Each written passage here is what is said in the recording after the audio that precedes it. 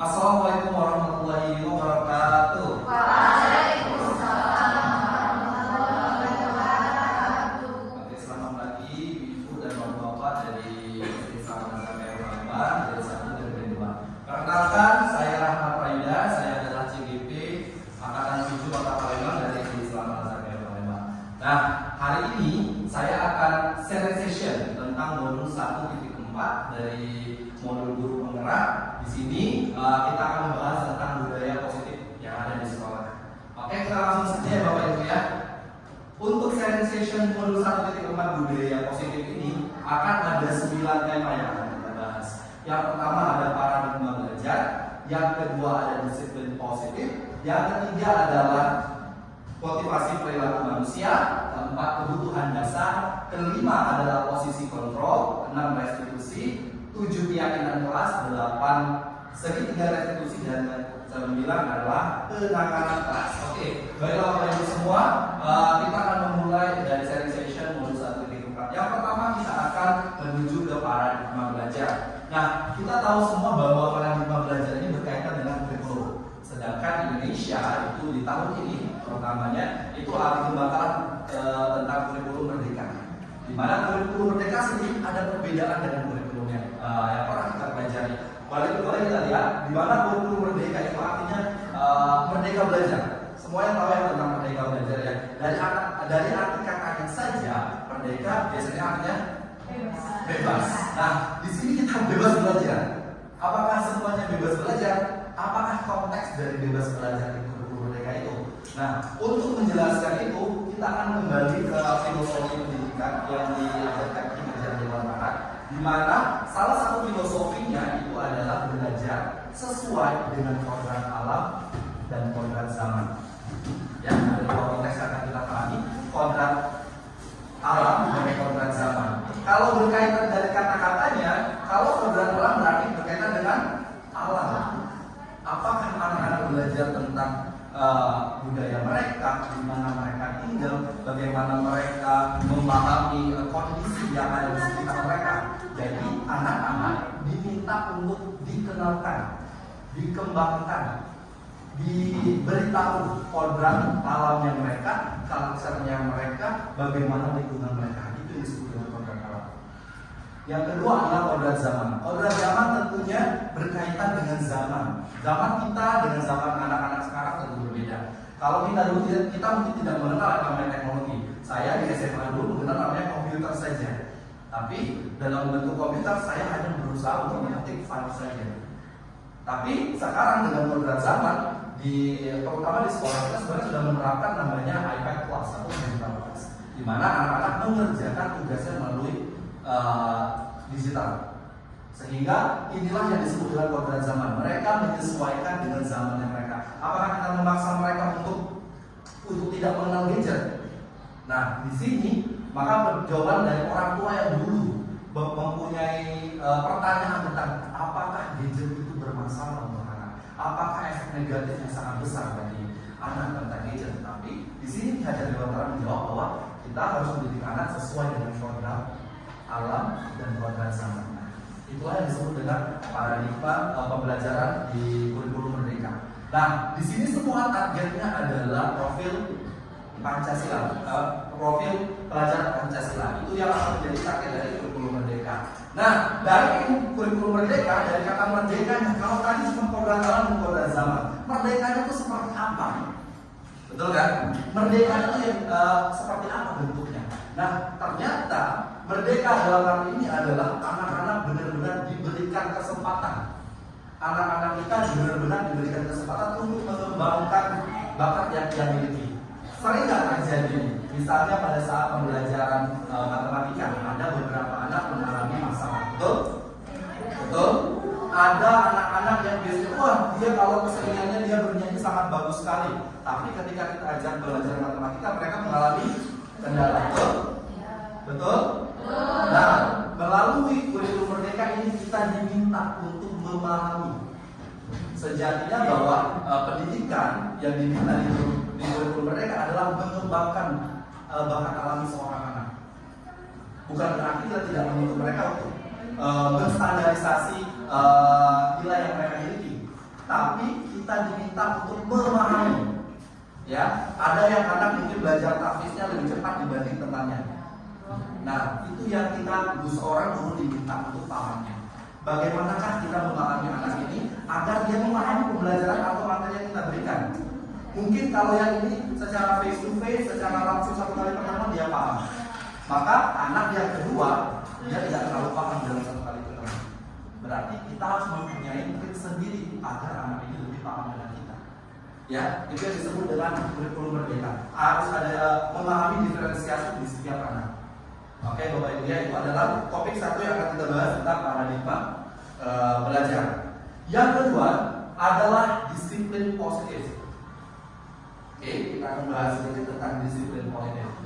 Nah, disiplin positif saya akan bawa satu statement dari Dr. William Glasser, yaitu yang meluruskan miskonsepsi tentang makna kontrol. Nah, ini penting sekali buat Bapak Ibu semua yang mungkin sudah mengajar lebih dari 1-2 tahun, pasti pernah melakukan tindakan-tindakan seperti ini. Coba kita lihat yang pertama ya.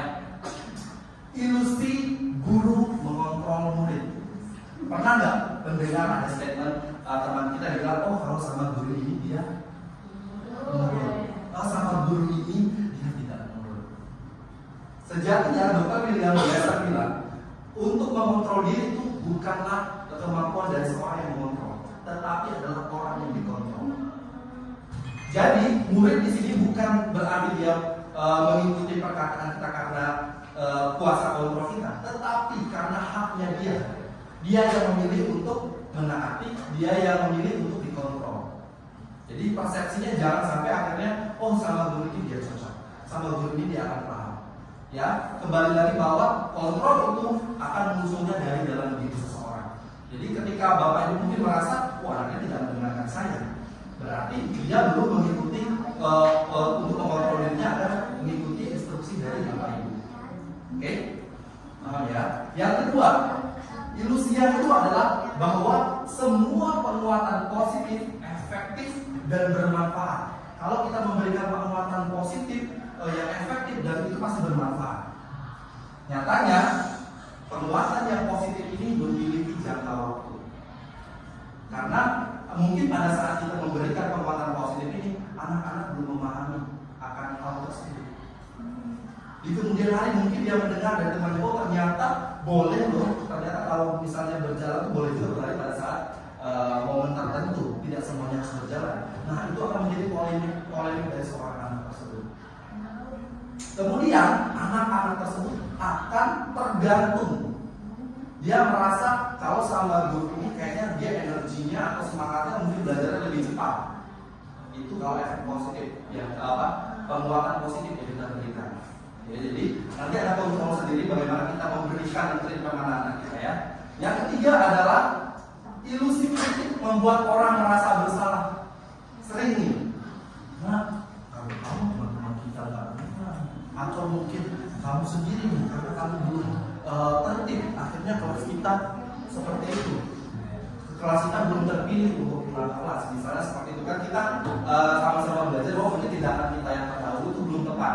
Nah di sini untuk kritik, untuk merasa bersalah itu akan adanya identitas gagal, ya identitas gagal dari gurunya yang diberikan kepada anak, sehingga dia merasa, oh because of me, karena saya kelas ini nggak dipanggil, oh karena saya kelas ini tidak dipilih seperti itu. Nah alangkah baiknya pemberian informasi atau untuk mendidik anak tersebut digunakan dengan suara halus, bukan berarti pelan dan bahasa yang halus. Suara halus itu mungkin personally kita bertemu dengan dia dengan kata-kata yang halus juga. Ya, itu ilusi dari disiplin positif, miskonsepsi dari Dr. William Glasser. Yang terakhir adalah ilusi orang dewasa berhak untuk memaksa. Ini terjadi biasanya di rumah nih. Kalau kakak yang paling besar, maka dia berhak untuk menyuruh adiknya melakukan apapun. Nah, di sini akan membentuk sebuah hubungan permusuhan. Ya, bukan berarti semua tindakan itu salah, tapi ada efek negatif yang dapat memberikan yang memberikan kepada orang yang diberikan instruksi seperti ini. Ya, next. Selanjutnya adalah, nah bagaimana seorang bisa merubah dari paradigma stimulus yang tadi? Kita akan baca dulu di bagian tabel sebelah. Di sana ada realitas kita yang harus ketahui adalah satu, realitas kebutuhan kita sama. Kebutuhan kita sama, tapi yang harus kita pahami adalah realitanya kebutuhan kita berbeda-beda. Jadi jangan anggap saya butuhnya ini, teman saya pun harus butuhnya ini, ya. Atau murid saya butuhnya begini, atau murid A begini, murid B pun harus begini. Jadi anggap orang memiliki kebutuhan yang berbeda. Yang kedua, semua orang melihat hal yang sama. Ya, pandangan kita sama. Tapi yang harus kita pahami adalah setiap orang memiliki gambaran berbeda-beda. Ya. Yang ketiga adalah perilaku buruk dilihat sebagai suatu kesalahan. Tapi yang harus kita pahami adalah kita berusaha memahami pandangan orang lain tentang dunia. Ya, kadang kalau terjadinya kita menganggap dia negatif, ternyata ada sesuatu hal yang dia sembunyikan di balik itu. Seperti itu. Kemudian perilaku orang lain bisa mengontrol saya. Yang harus kita ubah menjadi hanya Anda yang bisa mengontrol diri Anda. Kemudian saya bisa mengontrol orang lain. Jawabannya Anda tidak bisa mengontrol orang lain. Kemudian pemaksaan ada pada saat rujukan gagal. Ini dipaksa akan muncul ketika gagal, tetapi yang kita boleh perbaiki dengan kolaborasi dan konsensus menciptakan pilihan-pilihan baru. Berarti kita harus berkolaborasi. Kemudian model berpikir menang kalah. Kita ganti model berpikirnya menang-menang.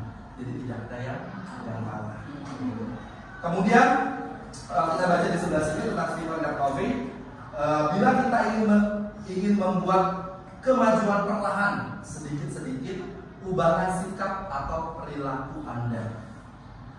Namun, bila kita ingin memperbaiki cara-cara utama kita, maka kita perlu mengubah kerangka acuan kita. Ubahlah bagaimana Anda melihat dunia, bagaimana Anda berpikir tentang manusia, ubahlah paradigma Anda, skema pemahaman Anda, dan penjelasan aspek-aspek tertentu dengan realitas. Jadi memang kita yang diminta untuk memberikan kebebasan kepada orang lain. Oke? Kembali lagi kita sudah di sirkel positif. Selanjutnya adalah motivasi dari perilaku manusia. Topik yang ketiga. Dari motivasi perilaku manusia ini ada 3 motivasi yang dikatakan oleh Diane Gosset. Yang pertama, motivasi untuk melakukan sesuatu ya. Yang pertama itu menghindari hukuman atau ketidaknyamanan. Misal contohnya Bapak Ibu hadir ke sini karena menghindari laporan ataupun tindakan-tindakan yang mungkin berefek ke depannya. Itu adalah dorongan diri. Itu adalah motivasi kita hadir di sini. Yang kedua, ada motivasinya karena imbalan atau penghargaan. Sampel, kita sudah pernah mengalaminya, kita sudah pernah mengikuti. Ayo kirim video, nanti akan ada hadiah. Ya, kirim video silakan, nanti akan ada hadiah. Nah, itu dapat memotivasi kita tentang adanya imbalan atau penghargaan. Itu motivasi yang mengirim mungkin, oh karena saya ingin hadiahnya. Ayo siapa yang mau ke Bali kirim papernya, nanti berangkat ke Bali. Itu motivasi yang kedua, motivasi karena imbalan atau penghargaan. Nah, yang ketiga motivasi orang adalah karena dia menghargai dirinya sendiri. Misal contoh, untuk datang ke tempat waktu. Oh saya nggak mau aja karena itu bukan diri saya yang datang ke waktu. Karena bukan kebiasaan saya datang ke waktu. Bukan kebiasaan saya ngajar anak sembarangan. Bukan kebiasaan saya menelantarkan anak di kelas. Itu yang merupakan harga diri. Atau bukan karena hadiah ya, tapi memang saya sedang mengerjakan ini setiap hari. Saya mengerjakan ini setiap minggu. Kebetulan ada hadiah ya kenapa nggak dikirim seperti itu. Ya, itu adalah motivasi dari perilaku manusia. Cepat ya. Kita ke konten yang keempat. Ada namanya kebutuhan dasar. Nah, ini yang harus kita pahami. Dari setiap manusia itu memiliki 5 kebutuhan dasar, termasuk diri kita sendiri. Apa saja kebutuhan dasar dari manusia? Nah, yang pertama adalah bertahan hidup. Kedua, kasih sayang dan rasa diterima. Ketiga, kebebasan. 4, kesenangan. Dan yang 5, penguasaan. Nah, ketika kita bertemu dengan seorang anak, mungkin dia ada melakukan hal-hal yang tidak sejalan dengan keyakinan kelas atau tentang peraturan yang ada, maka kita harus pahami dulu mana yang harus diperbaiki. Mungkin ada anak yang bertingkah dengan gurunya seolah-olah mencari perhatian karena dia kurang kasih sayang di rumah. Dia butuh kasih sayang, dia butuh dipedulikan oleh orang lain. Nah, itu yang harus kita pahami mengapa dia melakukan ini, yang harus kita pelajari. Sehingga kita memahami, oh ternyata anak ini bertindak karena ini, ada reasonnya. Atau mungkin seperti orang yang untuk bertahan hidup, dia mencuri makan karena dia tidak ada makanan selain makanan. Kalau tidak ada mencuri, dia beranggapan dia akan mati pada saat itu. Nah, berarti kita bagaimana kita memberikan dia kesempatan untuk mendapatkan makanan? Apakah menggunakan pekerjaan, ataukah kita berikan dia santunan? Itu kan kebutuhan 5 kebutuhan dasar seorang manusia. Jangankan anak, semua orang itu memiliki kebutuhan ini. Ya. Selanjutnya ada namanya yang kelima tentang posisi kontrol. Kita lihat posisi kontrol akan berbicara tentang apa. Nah, di posisi kontrol saya akan mengajak Bapak Ibu bagaimana sih yang atau apa yang pernah Bapak Ibu lakukan dengan hal ini. Anak-anak datang sekolah terlambat. Boleh dicari. Kalau apa yang bisa dilakukan ketika anak-anak waktu datang terlambat ke sekolah? Misalnya akan bertanya penyebab dia terlambat. Selanjutnya, yang sering kita lakukan nggak apa-apa. Mengurangi poin, boleh. Miss Eka, karena Eka dan Eka, dia juga suka.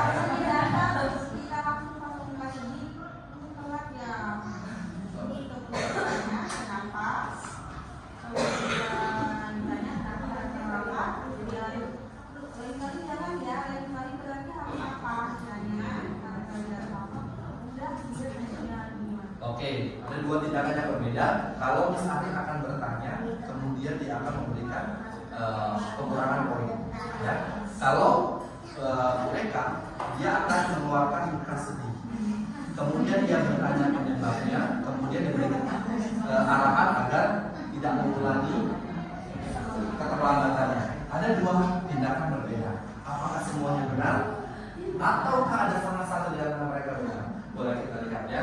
Jadi ada 5 posisi kontrol guru. Dan ini pun saya ternyata wah, hal yang sering saya lakukan ternyata berada di poin 1. Dan ada poin 1, 2, 3, 4, 5.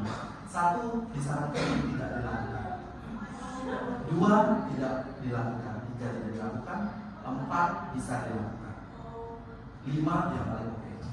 Kita coba. 1. Penghukum. Kamu terlambat, silakan hukumannya begini, selesai. Kamu gak bawa sepatu, pulang. Kamu datang terlambat, out. Kamu berbicara, out. Ternyata ini di posisi paling rendah. Ya, Bapak Ibu, kadang kita melakukan, ya kita sama-sama belajar. Karena jam terbang kita pun mungkin belum berpuluh-puluh tahun, kita pun perlu ilmu yang lebih banyak. Karena itu, ternyata penghukum itu berada di posisi paling rendah. Ketika anak-anak takut ke saya pun ternyata saya berada di posisi penghukum. Ternyata posisi ini paling rendah untuk seorang kontrol guru ini kan. Kemudian ada posisi kedua. Misalnya itu di 1 atau bukan di 1 bukan? Belum ya. Mungkin merasa belum ya. Ya, tapi mau mengulangi poinnya ya kalau kita cek tadi. Di posisi kedua, pembuat merasa bersalah. Pembuat merasa bersalah ini seperti tadi. Atau mesti coba. Saya sudah bilang loh kamu nggak pernah lagi terlalu suka sama kamu. Itu berada di posisi kedua yang tidak dianjurkan dilakukan. Jadi boleh nanti kita baca ya. Jadi membuat rasa bersalah itu kan posisi kontrol kedua. Ini sering sekali saya coba begitu. Kamu kok begini? Mak malu loh. Pasti udah tahu banget kamu tuh anak yang baik. Kamu tuh begini. Kalau begini gimana? Nah, istri gimana? Aku merasa bersalah.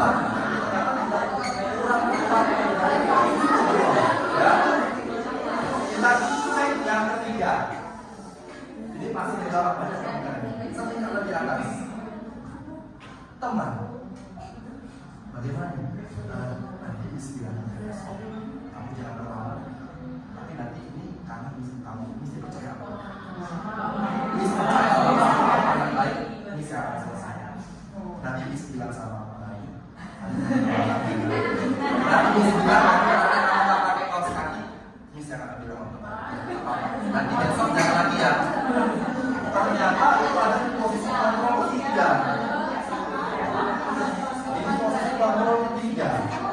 Dan yang baiknya ini yang bisa digunakan, ya. Ini yang keempat bisa digunakan dengan penantang. Caranya seperti apa? Bapak Ibu hanya menjadi orang yang mengoreksi apa yang dilakukan saya.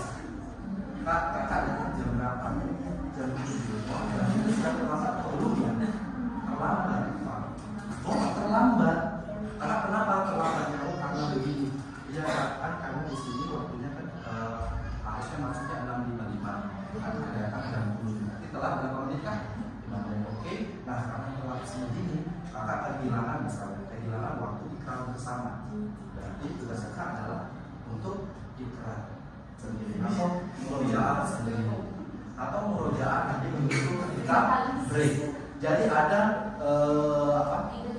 konsekuensi yang dia terima, tetapi konsekuensinya harus match dengan apa yang dia lakukan. Jangan misalnya kakak terlambat, oke, kakak akan terlambat, tolong bersihin dulu, tapi jalan saya tidak relevan. Ya, itu yang tidak boleh. Nah, pemantau berada di posisi 4. Ini boleh dilakukan ketika Bapak Ibu merasa personalitinya Bapak Ibu belum bisa mencapai di posisi kelima. Manajer. Manajer adalah bedanya sama pemantau, dia akan memperbaiki case yang terjadi. Mungkin akan bahas di topik selanjutnya. Jadi pemantau itu serupa, manajer hampir serupa dengan pemantau, tapi dia memberikan ada perubahan di awal. Ya, ini yang saya bahas ya. Nah, penghukum ini akan memberikan kesan anak takut. Ya, yang akhirnya bisa aja dia memberontak, kedepannya masih bisa memberontak. Kedua, pembuat merasa bersalah akan menghancurkan kepercayaan diri seorang anak. Dia merasa, oh gara-gara saya begini sedih. Walaupun kadang kita cuma acting atau cuma berusaha agar dia merasa ada orang yang percaya dengan dia, itu akan merusak kepercayaan dirinya. Kalau yang ketiga, dia hanya akan berpangku tangan dengan guru tersebut. Kenapa tidak boleh? Dia akan berpangku tangan dengan guru tersebut. Ya, pulang dari tidak diperbolehkan.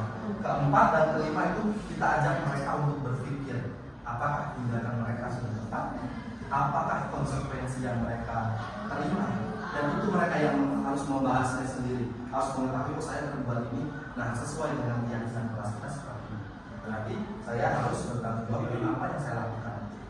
Itu yang di 4 dan 5. Selanjutnya, nah di sini kontrolnya ada penghukum. Perilaku negatif adalah menghadik, menunjuk, menyakiti dan menyindir. Ya, ini yang dilakukan oleh penghukum.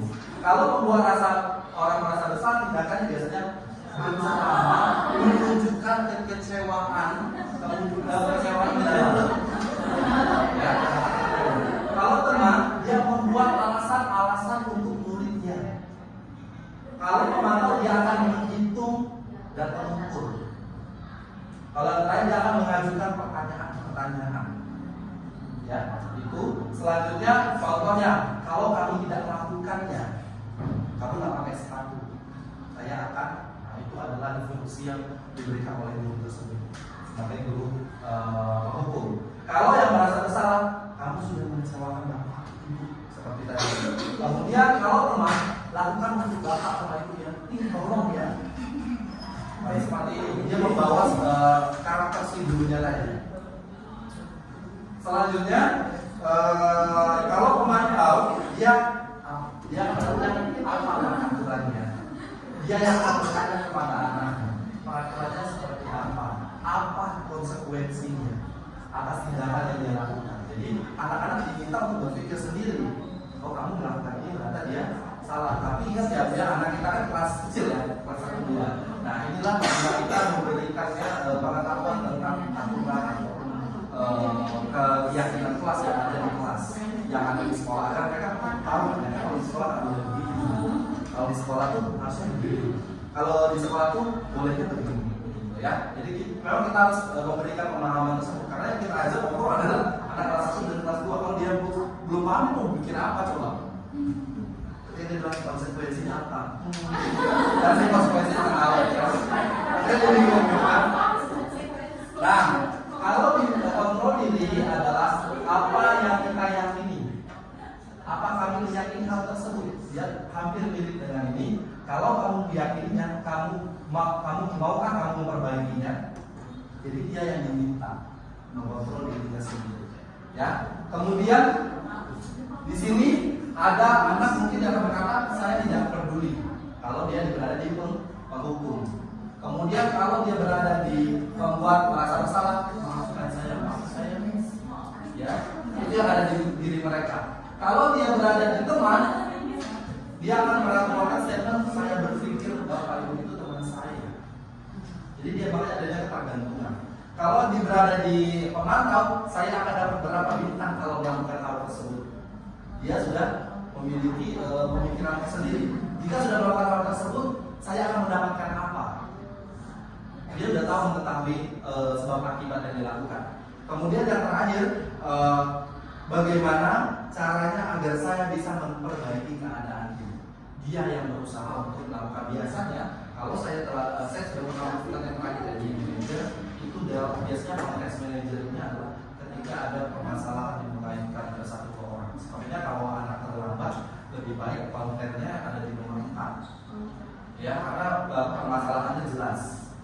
Kalau 4 menurut saya ya. Tapi ya hal-hal yang simpel kayak bisa di 4. Tapi memang yang paling oke adalah di 5. Jadi ini permasalahan yang kompleks atau boleh juga sebenarnya yang di awal. Karena cuma terlalu repot sekali ya. Kita mau bertanya anak-anak bagaimana apa kesalahan kamu dari kamu kita seperti itu kan. Ya seperti itu ya. Kita balik lagi tadi adalah posisi kontrol. Nah, terjadinya dari 5 ini ada namanya restitusi. Apa restitusi? Oke, kita baca. Restitusi adalah proses menciptakan kondisi bagi murid untuk memperbaiki kesalahan mereka, sehingga mereka bisa kembali pada kelompok mereka dengan karakter yang lebih kuat. Restitusi juga merupakan proses kolaboratif mengajarkan murid untuk mencari solusi untuk masalah mereka dan membantu murid berpikir tentang orang seperti apa yang mereka inginkan dan bagaimana mereka harus memperlakukan orang lain. Jadi restitusi ini adalah biasanya di tindakan nomor 5. Ya, dan ini kita mengajak anak tersebut untuk mencari solusi dari dirinya sendiri. Dia memang agak panjang. Tapi kita mengajak mereka bagaimana berpikir tindakannya apa yang harus memperbaiki misalnya yang pernah mereka lakukan, misalnya yang anak yang berkelahi, bagaimana apa yang melakukan berkelahi, apa yang harus dia lakukan, apa yang harus membuat dia akhirnya believe saya bukan anak nakal gitu. Jadi ada konteksnya kita akan bahas. Selanjutnya ada restitusi adalah proses menciptakan kondisi bagi murid untuk memperbaiki kesalahan. Tetap memperbaiki kesalahan ya. Dan terakhir adalah restitusi juga proses kolaboratif. Seperti itu. Sekarang kita lihat. Nah, di sini ada restitusi, ada konsekuensi dan ada namanya restitusi. Saya baca hukuman. Nah, kalau ini identitas gagal. Identitas gagal itu adalah identitas di mana ketika kita memberi anak itu melakukan sesuatu kesalahan. Ya, anak-anak melakukan sesuatu kesalahan, kondisi identitas mereka disebut dengan identitas gagal. Jadi identitas seorang anak tersebut. Jadi contoh, sesuatu yang menyakitkan harus terjadi. Misalnya, orang dia mengganggu saya pukul dia. Makanya dia bilang sesuatu yang menyakitkan harus terjadi. Ya, kalau di identitas sukses, konsekuensi itu sesuatu harus terjadi sebab akibat.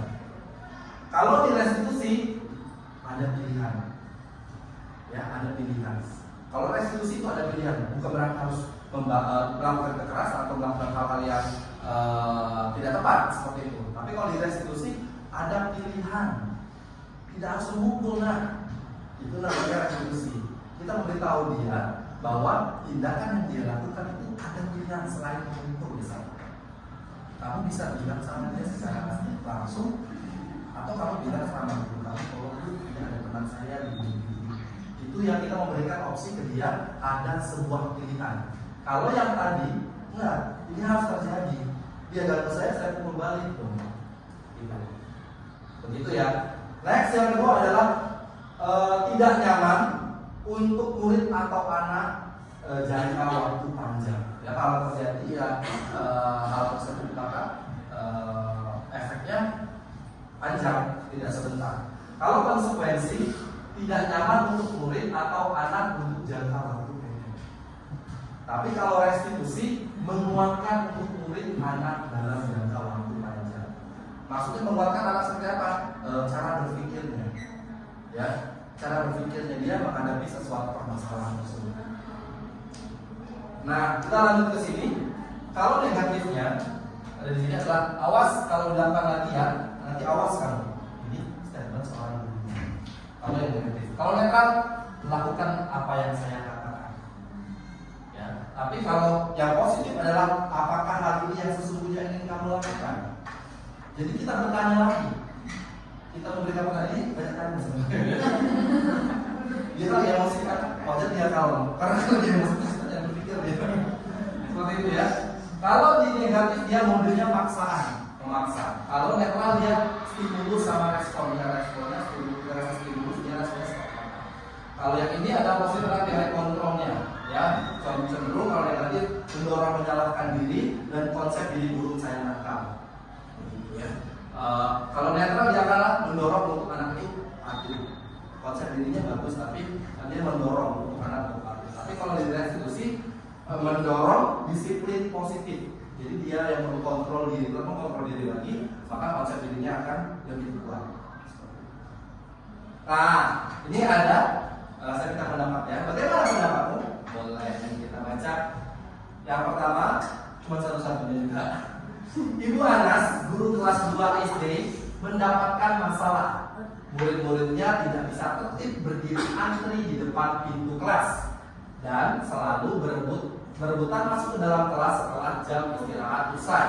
Ini tentunya sangat mengganggu proses pembelajaran di mana kelas tidak dapat mulai tepat waktu karena Ibu Anas sibuk menenangkan murid-muridnya untuk waktu cukup lama.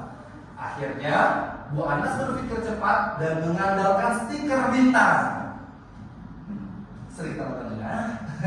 Setiap murid-muridnya akan masuk kelas usai jam istirahat. Bu Anas akan mengiming-imingi murid-muridnya dengan stiker bintang. Ya, siapa yang dapat berdiri lurus dan berbaris rapi, antri depan pintu, dapat bintang dari Ibu Anas. Ini kayaknya sering terjadi ya. Sebagian besar murid-muridnya menyambut tantangan tersebut dan langsung berdiri rapi di depan pintu agar mendapatkan stiker bintang. Hal ini terus dilakukan Bu Anas selama beberapa minggu. Karena cukup berhasil membuat murid-muridnya berdiri rapi antri di depan pintu. Sampai ada suatu saat Bu Anas sakit dan terpaksa digantikan Pak Heru. Pak Heru tidak mengetahui tentang stiker bintang. Dan benar saja, pada saat masuk kelas usai jam istirahat, murid-murid kelas 2 kembali berebutan masuk kelas. Apa yang terjadi? Dan mengapa? Ada nggak yang mau memberikan pendapat saja ya? Susan mungkin? Di awal tadi kan ada 3 motivasi katanya kan. Pertama karena hukuman, yang kedua karena imbalan, yang ketiga itu karena dirinya sendiri. Nah mungkin yang tidak Bu Anas lakukan itu adalah untuk mengembalikan itu kepada kesadaran dirinya sendiri, sehingga ketika tidak memiliki imbalan apapun, maka muridnya akan dia terjadi lagi. Jadi kesadaran itu yang tidak ditumbuhkan dari anak-anaknya sendiri. Misalkan kerugiannya kalau antri tidak antri apa gitu. Oke. Jadi balik lagi ke yang konten tadi bahwa di sini Bu Anas dirasa tidak memberikan penguatan diri dari seorang anak ya. Nah, terus kira-kira apa yang harus dilakukan kalau kita menjadi Yohanes dengan aksi ini? Apa yang mungkin akan berbeda yang akan kita lakukan? Kira-kira sanggup?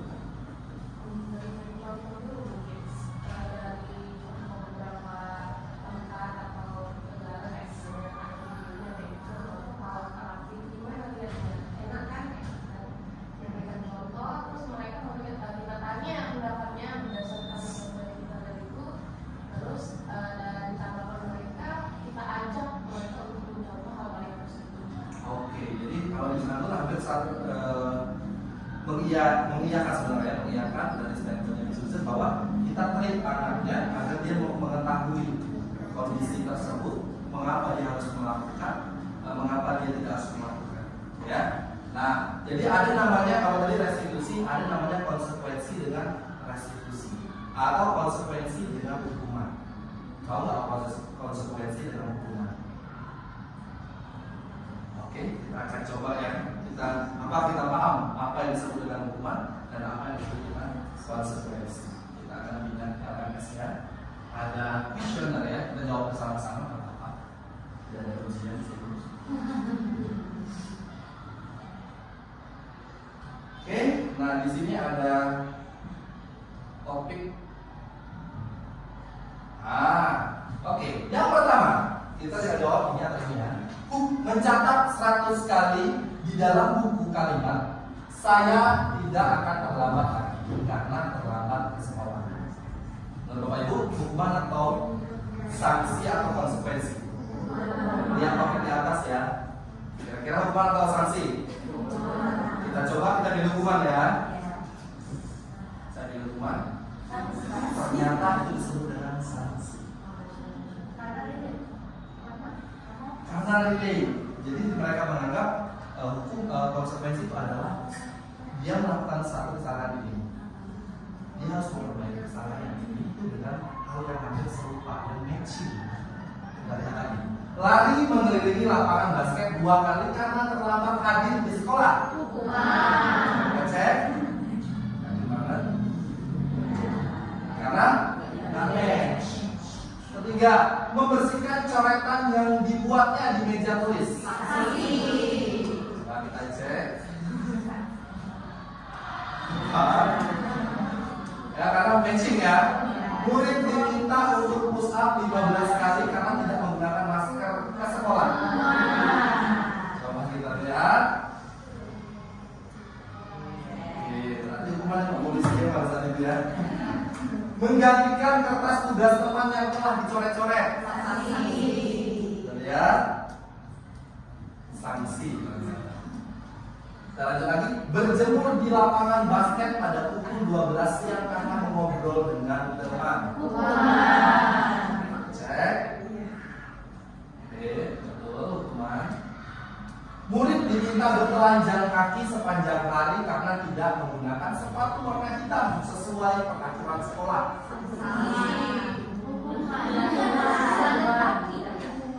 Coba kita lihat. Hukuman sanksi? Yang hukuman berapa orang? Kita coba pilih hukuman. Nah, kenapa? Karena dia memberikan efek negatif kepada ya, karena seperti dia mempermalukan diri sekolah. Ya.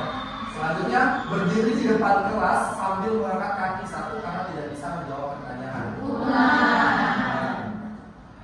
Betul. Membersihkan tumpahan air di meja tulis karena tersenggol pada saat belajar. Cek. Sanksi. Kehilangan 10 menit jam istirahat untuk mengerjakan tugas karena terlambat datang dan tertinggal pelajaran selama 10 menit.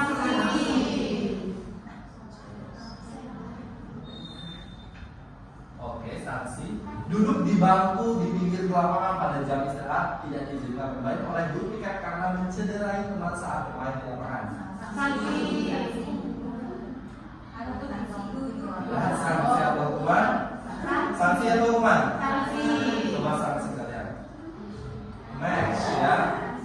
Karena olahraga juga hukuman. Terlambat hadir di pembelajaran daring 15 menit dan diminta hingga 15 menit sesudah kelas selesai untuk membahas ketertinggalan pembelajaran. Ya. Sanksi dan konsekuensi.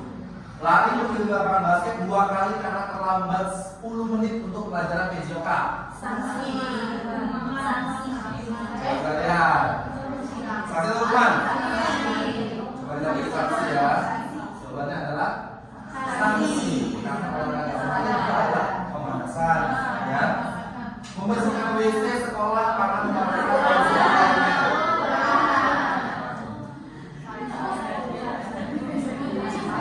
Oke, nah jadi Bapak Ibu sekarang kita mencoba untuk memahami mana yang disebut dengan hukuman, mana yang disebut dengan sanksi. Jadi ketika kita memberikan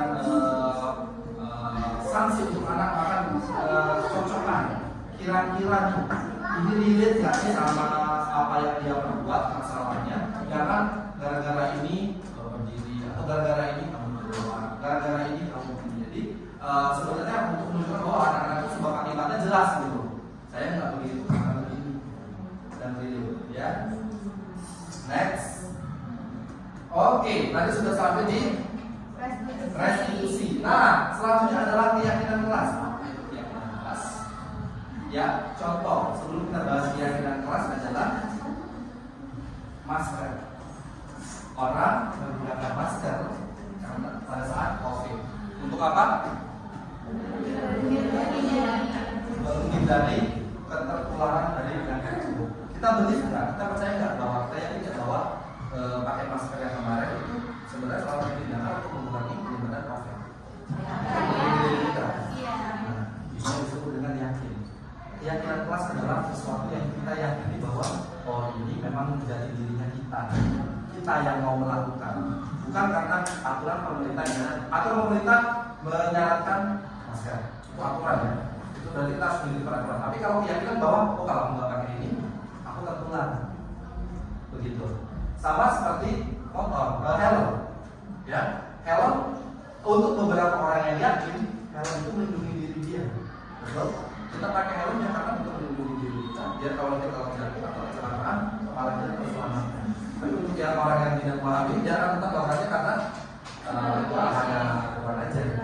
Nah, tapi untuk bagi orang yang disebut dengan keyakinan adalah dia meyakini bahwa oh tindakan ini karena kalau saya tidak lakukan ini akan terjadi hal seperti ini. Itu disebut dengan keyakinan kelas. Ya. Keyakinan kelas bersifat lebih abstrak daripada peraturan. Karena kita ada aturan kelas ya, ada tata tertib atau dalam kelas kan. Nah, itu disebut dengan keyakinan, dia bukan aturan yang mereka sebutkan. Keyakinan itu lebih abstrak dan yang lebih rinci dan konkret katanya. Keyakinan kelas berupa pernyataan universal. Kemudian keyakinan kelas nantinya dibuat dalam bentuk positif. Keyakinan kelas hendaknya tidak terlalu banyak katanya. Kemudian sehingga mudah diingat dan dipahami oleh semua warga kelas. Keyakinan kelas sebaiknya sesuatu yang dapat diterapkan di lingkungan tersebut. Kemudian semua warga kelas hendaknya ikut berkontribusi dalam pembuatan keyakinan kelas, kegiatan curah pendapat. Kemudian bersedia meninjau kembali keyakinan kelas dari waktu ke waktu. Nah, kalau keyakinan kelas, jadi kalau kita kan dalam tadi ada rules of the class. Nah, kalau di sini mereka bilangnya adalah keyakinan. Bedanya kalau keyakinan di sini mereka akan menggunakan kalimat positif. Dan kita pun kadang ada yang menggunakan kalimat positif ya, menggunakan kalimat positif dan tidak terlalu banyak. Dan ini diminta. Jadi ketika Bapak Ibu memulai, Bapak Ibu harus menguatkan anak-anak dengan keyakinan kelasnya. Jadi ketika mereka melakukan kesalahan, Bapak Ibu akan mengembalikan lagi bertanya sama mereka keyakinan kelasnya seperti apa ya. Ini ada contoh keyakinan kelas. Kalau kelas satu contoh, setiap anggota kelas perlu belajar. Itu keyakinan kelas. Misalnya ada anak yang malas ketika pada saat itu. Jadi mereka ingat lagi. Nah, keyakinan kelas kita apa ya? Tuh, keyakinan kita harus setiap anggota itu perlu belajar. Bukan untuk pandai lain, tapi dia anak bilang, oh kita harus perlu belajar. Kita yakin nih, kita harus perlu belajar. Yang kedua, setiap anggota kelas perlu senang. Jadi sesuatu yang positif-positif saja yang diberikan kepada anak keyakinan mereka. Selanjutnya setiap anggota kelas perlu melakukan tugas. Berarti kalau dia tidak melakukan tugas, di sini ada keyakinan kita. Kemudian setiap anggota kelas perlu saling menghargai. Biar yang tidak mengganggu, menjahili atau mencuri itu dikenain di sini keyakinan kelas. Dan terakhir, setiap anggota kelas perlu merasa aman. Nah, jadi kayak kata-kata dari keyakinan kelas ini harus kalimatnya positif dan tidak terlalu banyak. Jadi nanti mungkin next kita di mungkin di 3 bulan ke depan atau mungkin di tahun ajaran baru nanti kita akan merubah dari rules of the class-nya menjadi keyakinan kelas, dan itu katanya tadi bisa dirubah selama 3 bulan. Kita udah yakin kita mau membuat image baru atau mungkin tidak cocok dengan keyakinan kelas anak-anak. Mana nih, ini keyakinan kelas apa kita rules of class ini semua di semua anak diminta pendapatnya, kira-kira mereka setuju nggak dengan keyakinan kelas yang sama. Seperti itu ya. Kalau yang lain bisa kita sampaikan saja. Selanjutnya sama seperti yang kayak Miss Aku tadi bilang ya, waktu yang tadi permasalahan tadi dengan Miss Susan, sebenarnya Miss Aku akan mengembalikan itu keyakinan kelas. Jadi case-nya tuh dibalikkan lagi keyakinan kelas kita seperti apa. Kalau misalnya keyakinan kelas murid Al-Azhar itu disiplin. Tapi kalau dia terlambat, nah keyakinan sekolah kita apa? Murid Al-Azhar itu anaknya disiplin. Nanti mereka mengatakan keyakinan kelas cuma begitu doang, enggak berarti harus datang tepat waktu. Dia tidak memberikan kata-kata yang negatif. Dia mengajak anak-anak untuk hal-hal yang positif ya. Next, lanjut ke segitiga restitusi. Nah, berkaitan dengan tindakan kelima itu namanya ada segitiga restitusi. Jadi pertama adalah menstabilkan identitas, kedua validasi tindakan yang salah, ketiga adalah menanyakan keyakinan. Contoh, menstabilkan identitas. Misalnya di sini adalah setiap orang pasti pernah melakukan kesalahan. Misal, dia yang memukul temannya. Kita bilang setiap orang pasti pernah melakukan kesalahan. Kita juga bilang, kamu pukul, kamu nakal ya, atau kamu pukul dia. Kalau nggak lupa, itu jadi kita seperti menghabis anak tersebut. Nah di sini kita yang diminta seperti itu. Kita diminta untuk apa? Setiap orang kita benarkan dulu tindakannya. Mungkin ada reason. Makanya tadi reasonnya itu kembali lagi kepada kelima kebutuhan manusia. Mungkin dia merasa terganggu. Saya tidak suka dia mengganggu dengan suaranya dia. Berarti orang mengganggu kebutuhan dia sebagai manusia. Akhirnya dia pukul lah temannya yang tadi. Nah, kalau pukul dia langsung aja bukan. Ternyata kalau di restitusi kita diminta untuk tidak menyalahkan atas tindakan yang dia lakukan. Tetapi kita bilang memang setiap orang pasti akan melakukan kesalahan. Atau kamu bukan satu-satunya yang pernah melakukan itu. Kalau bisa juga, misalnya begitu, ya bisa jadi juga ya. Atau kita memberikan arahan bahwa sebenarnya tindakan ini tuh sering terjadi, pernah terjadi, atau bisa jadi terjadi. Tapi kita tidak membenarkan. Berarti dalam proses kita bilang ini tuh ada hal lain yang akan bisa kita lakukan selain. Mami gak izin sama aku. Terima kasih. Yang kedua, validasi tindakan yang salah. Tuh, jadi tadi kamu tentu punya alasan mengapa melakukan tadi kan? Ditanyain dia kenapa melakukan itu. Adakah cara yang lebih efektif untuk mendapatkan apa yang kamu butuhkan? Nih, kakak kan tadi mukul kan ya? Pak bisa nggak kalau misalnya kalau tidak mukul, gimana lah kira-kira caranya? Kamu tadi minta apa? Dia sebab saya diterima sekali. Harus didukung kan? Misalnya kita tanya lagi, Kak, selain itu kira-kira apa ya yang bisa kita lakukan buat kasih tahu tentang kamu dan nggak ganggu kamu? Gitu. Jadi tapi kita yang ajak dia untuk berpikir sendiri, ya. Begitu. Jadi tindakan yang kedua itu ada yang namanya validasi tindakan yang salah. Apa yang mereka lakukan kita validasi dulu. Ini nih kayaknya kurang tepat deh. Menyembunyi barang teman itu kurang tepat ya Kak. Nah itu kita divalidasi tindakannya yang salah. Yang terakhir ini adalah terakhirnya itu keyakinan kelas. Balik lagi kita seperti undang-undang lah. Karena kita ini bilangnya keyakinan, jadi hal-hal positif. Keyakinan kita seperti apa? Kita teman-teman semua merasa aman. Kalau begini kira-kira merasa aman tidak? Enggak ya, tergantung dari kehidupan seperti itu. Nah, kamu ingin menjadi orang yang seperti apa? Jadi kita memperbaiki mereka bagaimana? Oh, ternyata ternyata tindakan ini kurang tepat kira-kira nih untuk mengganti atau mengubah kesalahan yang telah dia lakukan dan kesalahan tapi tindakan yang dia lakukan itu seperti apa? Bisa jadi kalau misalnya temannya rusak barangnya, kira-kira nih apa ini yang harus kamu lakukan karena kamu telah misalnya karena itu akhirnya dia nggak bisa menulis. Dia akan berpikir, oh sebenarnya karena saya yang tadi itu kayaknya harus mengganti. Nah itu yang tindakan harus atau mungkin dia membutuhkan sumbangan atau yang lain gitu ya. Jadi tindakan tersebut kita minta untuk memperbaiki tindakan yang telah dilakukan tadi yang kurang tepat tadi. Jadi kita bertanya dia kira-kira solusinya apa nih? Oh kamu tadi misalnya menjatuhkan tuh karena yang tadi kan karena kamu main-main dorong-dorongan akhirnya jatuhlah air di sana tempat. Kira-kira untuk memperbaiki apa nih? Dipel, dibersihin berarti bagaimana? Dan saya akan membersihkan atau saya akan panggil mobil untuk membantu saya membersihkannya. Berarti dia mengetahui nih apa yang harus dilakukan lebih baik dari itu, ya. Jadi itu namanya restitusi. Ibu-ibu. Selanjutnya adalah penanganan kelas. Nah ini ada tindakan yang mungkin Bapak Ibu akan memahami sebelum ke sini. Jadi kita ketika anak-anak melakukan kesalahan, kalau penghukum dia akan langsung judge pada saat itu. Itu kontrol yang pertama. Kontrol kedua tadi adalah merasa bersalah. Dia akan membuat anak itu menjadi merasa bersalah dengan kata-kata kita. Kalau kontrol ketiga adalah kita sebagai temannya, kita seperti melindungi anak tersebut. Kalau keempat kita hanya sebagai mendikte. Oh kamu salahnya ini berarti konsekuensinya apa ya? Begini ya. Oke silakan gimana? Ini silakan lakukan. Jadi kamu hanya seperti mendata. Kalau yang terakhir dia melakukan tahapan segitiga restitusi.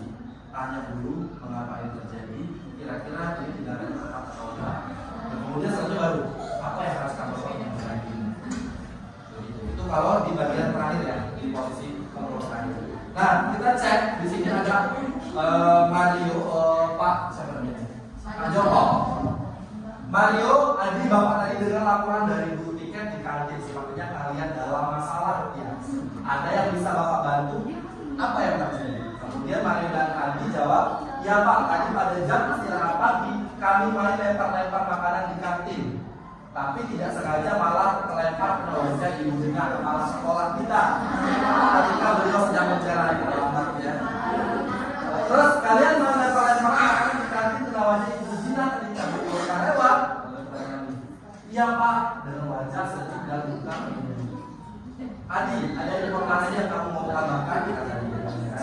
Kami tidak bermaksud melakukannya, tapi kami tidak sengaja. Apakah kalian tahu kalau kalian berada dalam masalah sekarang? Iya.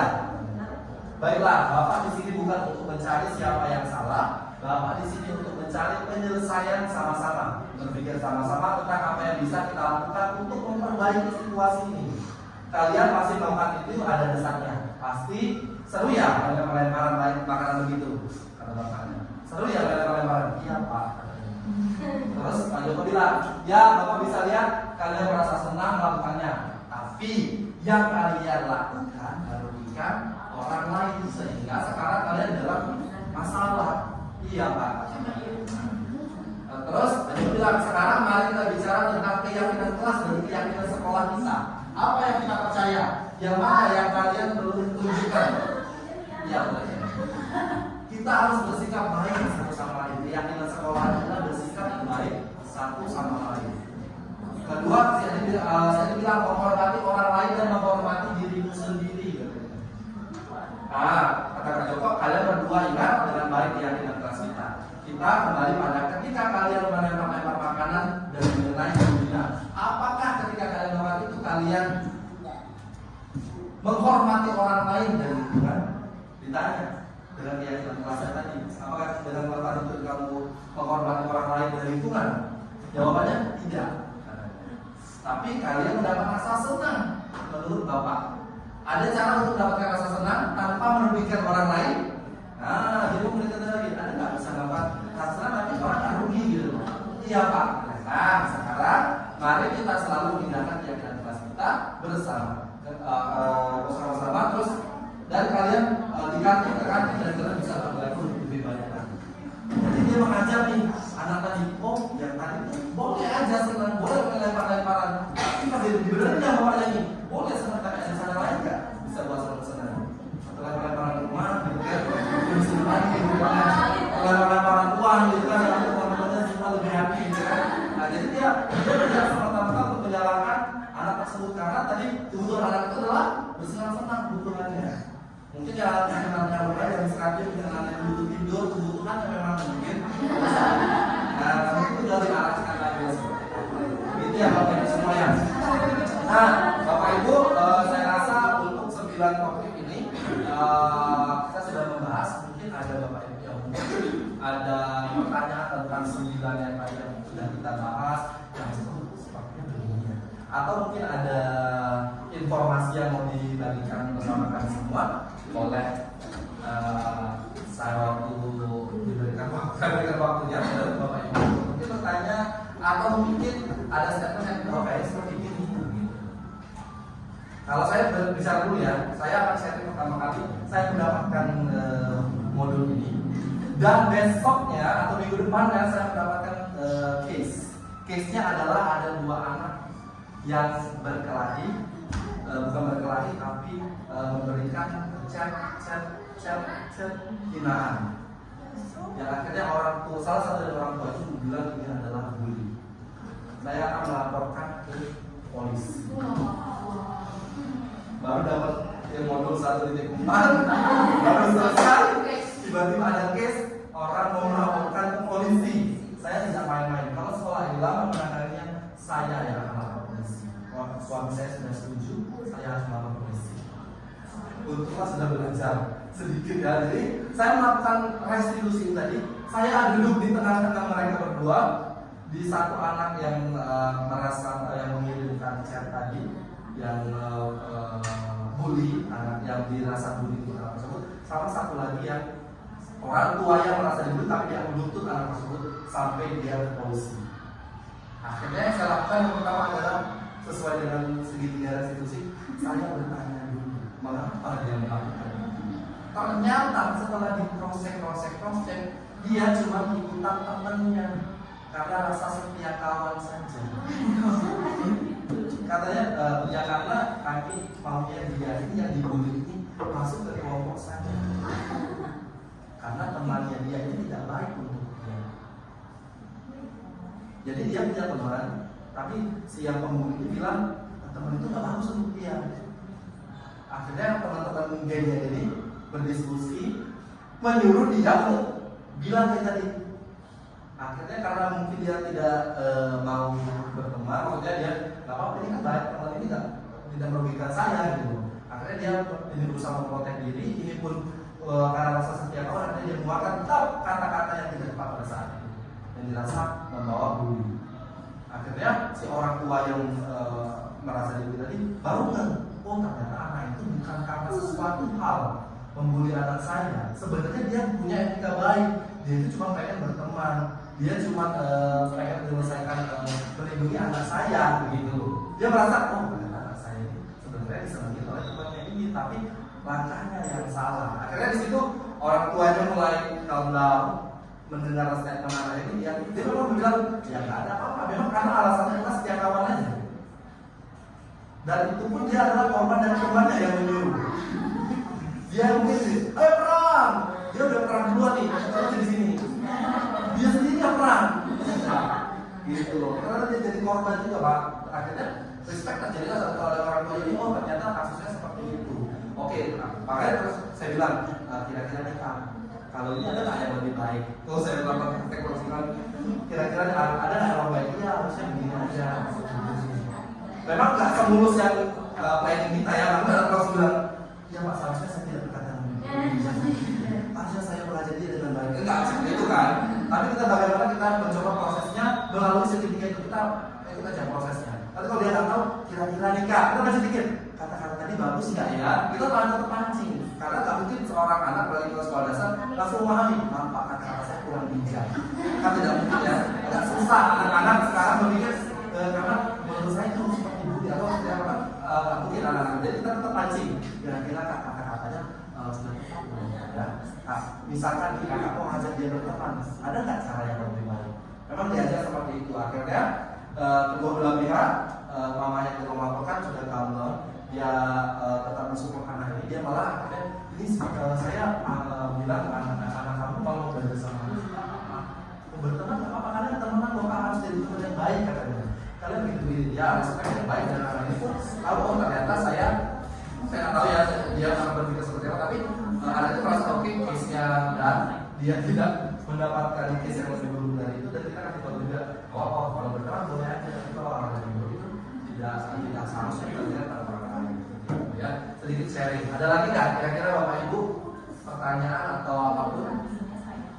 Kalau nggak ada, jadi kita sama-sama nih ya, Bapak Ibu semua, kita sama-sama ini belajar. Karena saya juga baru ketemu juga, akhirnya oh ternyata ini langkah yang bisa saya lakukan. Mungkin menurut Bapak Ibu belum terlalu tepat, tapi tidak salah untuk mencoba. Bagaimana kalau kita coba begini? Biar kita tahu dari satu kira-kira ini berjalan nggak ya sesuai dengan plan yang kita harapkan. Kemudian mungkin nanti akan ada kedepannya adalah kita akan menciptakan namanya keyakinan kelas. Jadi kita akan membuatkan hal-hal positif, tapi kalau bisa tidak ada lagi namanya hubungan yang tidak relevan dengan anak, tapi muncullah konsekuensi yang cocok dengan sifatnya. Kemudian tidak ada lagi posisi 1, posisi 2, posisi 3. Mungkin kita akan memperbaiki dengan posisi selanjutnya, posisi sebagai pemantau ataupun manajer. Jadi kita sama-sama memerdekakan anak-anak kita dengan pola belajar juga. Pesannya sama, tetap karena ini balik lagi ke kurikulum merdeka. Bagaimana kita menghargai hak anak itu untuk mungkin dia. Jadi kalau di kurikulum merdeka itu ketika anak itu dibilang adalah anak itu sudah mempunyai bakat alaminya. Kamu bukanlah orang yang memunculkan orang yang menciptakan bakat alaminya, tetapi kita adalah mendukung bagaimana bakat alami ini muncul dan berkembang dengan besar. Jadi kita tuh hanya sebagai istilahnya kalau tanaman kamu sudah tanam pohon mangga, kamu sudah tanam pohon mangga ini seperti pohon mangga. Maka kalau awalnya memang sudah pohon mangga yang manis, maka dia akan manis. Kamu nggak bisa kamu tanam pohon mangga kamu teringat seperti padi, kamu teringat seperti yang lain, maka dia akan muncul tetap nama kamu nggak bisa berharap yang muncul jadi padi gitu. Ini yang dianggap konsep dari kurikulum merdeka. Anak itu misalnya bakatnya di sini, dia nggak apa-apa anak di sini. Bagaimana kita menghargai mengembangkan kemampuan alamnya, tapi tetap kita samain standarnya dia, percaya dirinya dia, kayak rasa nyamannya dia berada di sekolah. Jadi jangan lagi memaksakan anak, dia harus begini nih, harusnya begini. Tapi bagaimana kita memahami kalau dia nggak bisa cara begini, mungkin dia membutuhkan cara lain. Dia membutuhkan temannya untuk membantu dia. Oh dia membutuhkan masukan dari gurunya. Dia membutuhkan pertolongan dari gurunya. Dia membutuhkan waktu yang lebih lama dari temannya. Itu yang dimaksud dengan merdeka belajar.